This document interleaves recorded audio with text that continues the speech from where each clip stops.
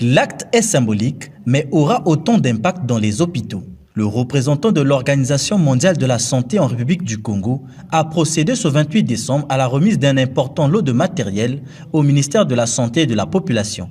Accompli en 2 phases, ce don composé essentiellement d'un stock de bouteilles d'oxygène et ses accessoires est destiné aux hôpitaux de Brazzaville et Pointe-Noire qui éprouvent autant de difficultés pour s'en procurer. L'OMS accompagne les pays dans la préparation aux situations d'urgence.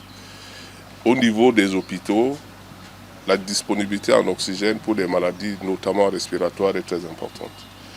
Et nous avons pensé que nous devons soutenir les hôpitaux du Congo en les dotant d'un stock de bouteilles d'oxygène, au total 70. Et nous avons pu identifier avec vous 7 hôpitaux à Pointe-Noire et à Brazzaville qui vont bénéficier de cet important stock de bouteilles d'oxygène. Le deuxième lot, constitué des congélateurs et réfrigérateurs, est ici remis au directeur général du Laboratoire national de santé publique. C'est avec grand plaisir que nous vous offrons ce matériel, ces congélateurs et frigidaires qui permettent de conserver des échantillons dans des conditions idoines requises par tout type de manipulation. Vous avez ici des réfrigérateurs à moins 80, à moins 20 et à moins 60. Je pense que c'est un don important pour soutenir les activités que le laboratoire conduit en ce moment. Ce don en matériel, évalué à hauteur de 48 millions de francs CFA, vient en appoint à l'unité de production d'oxygène du Congo. Il contribue aussi à l'amélioration continue de la qualité des recherches au Laboratoire national de santé publique en ce qui concerne les maladies infectieuses. Aujourd'hui, même si nous avons déclaré que la pandémie s'est arrêtée, mais en réalité, nous avons encore beaucoup de cas d'insuffisance respiratoire dans nos hôpitaux et que cet oxygène, jusque-là, coûte un peu cher pour l'usager, pour les patients et pour les hôpitaux également. Avoir un stock d'oxygène pose des problèmes.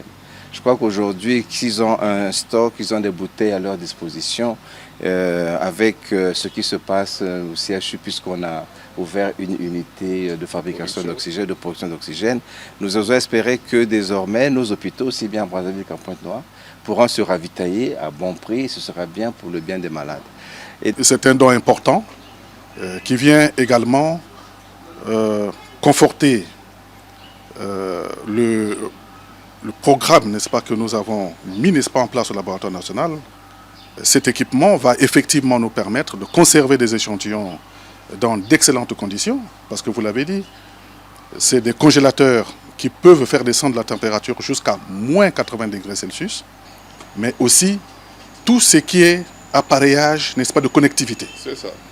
Donc ce qui va nous permettre, n'est-ce pas, une gestion informatisée de nos échantillons d'intérêt.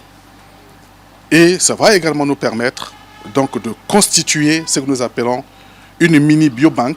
Le matériel reçu sera dispatché dans les hôpitaux ciblés à Brazzaville et une partie acheminée vers Pointe-Noire sous l'œil vigilant des 2 parties.